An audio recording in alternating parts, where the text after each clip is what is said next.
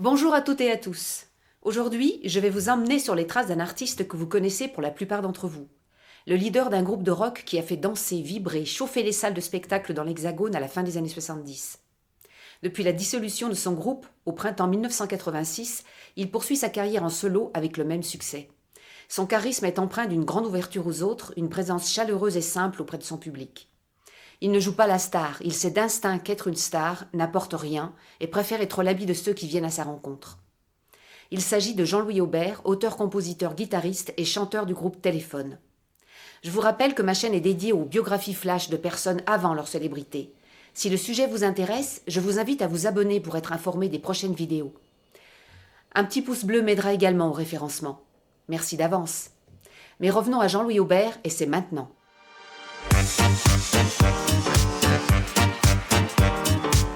La citrie.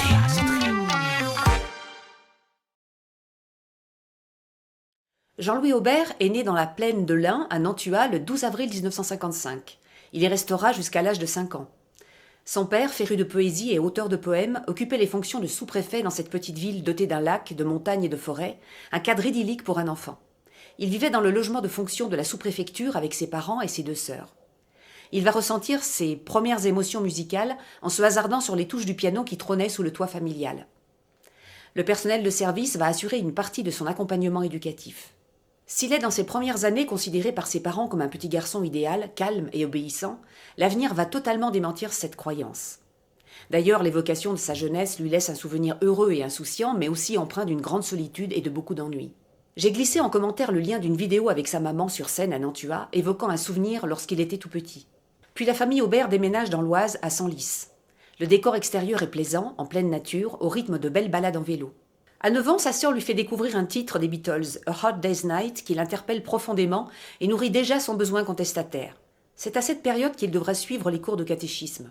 Malgré son jeune âge, il soupçonne derrière les apparences bienveillantes du monde clérical une forme de manipulation malsaine et de fausseté qui lui déplaît beaucoup. Il a 11 ans lorsque sa famille part s'installer à Neuilly. Il poursuivra sa scolarité au lycée Pasteur, fréquenté par 4000 élèves. Un endroit tellement vaste qu'il s'y sent perdu. Il a le sentiment de passer inaperçu, et cet anonymat le renvoie certainement à cette solitude qui le hantait déjà depuis la petite enfance. Un mal-être auquel s'ajoute une ambiance familiale tendue dans un logement trop exigu.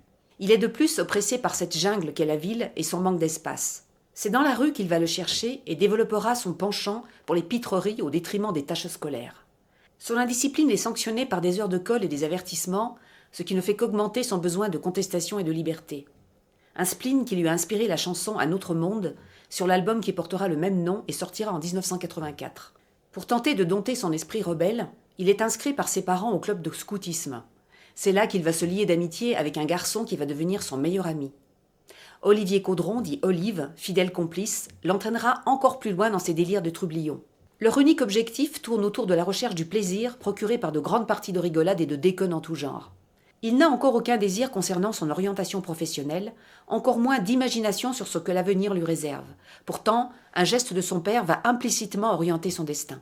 Yves possédait une guitare qu'il ne savait pas trop où ranger, suite au déménagement récent à Neuilly. Cette fameuse guitare avec laquelle il s'isolait dans une pièce, la porte fermée, pour jouer sans auditoire lorsqu'il vivait encore à Senlis. Bien sûr, tout ce qui semble plus ou moins interdit ou caché se révèle excitant pour un enfant. Intrigué et curieux, Jean-Louis parvenait à partager ce moment d'intimité en écoutant son père faire de la musique, furtivement.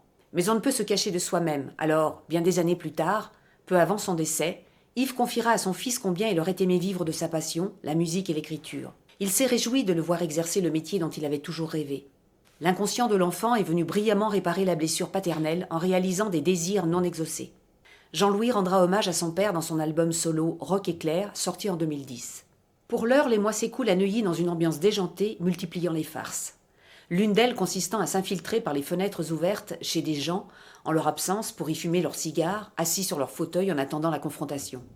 Il a 16 ans lorsque surviennent les événements de mai 68. Il se sent tout à fait en adéquation avec la rébellion étudiante. À cette époque, ses parents lui interdisaient d'utiliser sa guitare. Peine perdue. La nuit, il grattait sous les draps des chansons de Simon & Garfunkel. Quant à son ami Olive, il a été renvoyé du lycée. Alors, il va lui rendre visite dans sa famille, chez qui il passera beaucoup de temps. À 14 ans, il fait l'acquisition d'une guitare électrique qui va lui assurer sa renommée au lycée, celle d'un joueur de talent. 1970, à la découverte des Who, va le conforter dans l'envie de faire carrière dans la musique, à la déception de ses parents, qui paniquaient face à son obsession en voyant les affiches de chanteurs de rock et autres junkies collées sur les murs de sa chambre. C'est ainsi qu'il s'est retrouvé plusieurs fois chez le psychologue, qui rassurait ses parents sur ses capacités intellectuelles. Il avait tout simplement juste envie de faire de la musique. C'était pourtant on ne peut plus clair. Très vite, Olive, Jean-Louis et Max, qui est un ami d'Olive, montent un groupe de reprises de rock qui s'appelle Masturbation. Un nom qui en dit long sur leurs âmes d'adolescents émotionnellement perturbés. Les répétitions ont lieu dans un garage. Ils joueront d'ailleurs chez un copain pour son anniversaire. Ce copain s'appelle Antoine Decaune. Ils fréquentaient le même lycée. Puis le groupe se dissout. Jean-Louis, fan de Led Zeppelin, s'éclate sur sa guitare, plus indiscipliné que jamais, et sera renvoyé du lycée en 1973 pour cette même raison. À Carnot, il intègre son nouveau lycée pour entrer en terminale. C'est ici qu'il va faire connaissance avec Louis Bertignac, son émule à la guitare, qui a un franc succès auprès des lycéens. Cette dualité va rapidement être teintée d'admiration réciproque lorsqu'ils finissent par confronter leurs talents en jouant chacun leur tour dans un magasin de musique. Ensemble, ils s'exerceront chez Jean-Louis, dans une chambre que ses parents lui avaient louée pour lui offrir son autonomie. Endroit idéal pour s'éclater et retrouver ses potes, dont Olive, avec qui il fumera ses premiers joints et grâce à qui il rencontrera ses premières conquêtes amoureuses. Louis Bertignac était le leader d'un groupe de rock dont le guitariste avait pris la poudre d'escampette. Il propose alors à Jean-Louis de prendre sa place. Louis Bertignac, Lionel Lombroso à la basse, Bernard Drouillet à la batterie et Jean-Louis Aubert formeront le groupe Corange. Sur scène, ils jouent des reprises qui cartonnent. 800 personnes assistent à leur concert à Vincennes. Parallèlement, les compères de déconnade, cheveux longs et visage d'adolescents acnéiques, fringues mi-rock, mi-babacool, ne passent pas inaperçus. Ils redoublent d'ingéniosité et de malice pour vivre leurs aventures clandestines au rythme de sorties mobylettes nocturnes. Ainsi, ils font appel au système D pour se rendre à des concerts d'artistes sans payer l'entrée, en s'introduisant discrètement dans les locaux adjacents. Un soir, ils s'étaient faufilés dans le casino abandonné qui se trouvait juste au-dessus du bus Palladium qui accueillait un groupe de rock. Le plancher du local, complètement délabré, entraîne alors la chute involontaire d'Olive qui se retrouve dans la loge de Patti Smith. Mise devant le fait accompli, elle réagit de manière plutôt cool et avec humour en leur offrant leur place. À cette période, vers 17 ans, Jean-Louis commence à s'essayer à l'écriture.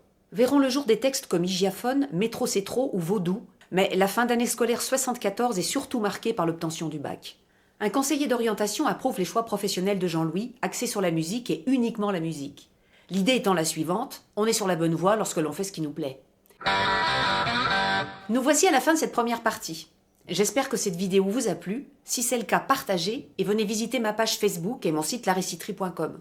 À très vite pour la seconde partie de cette biographie.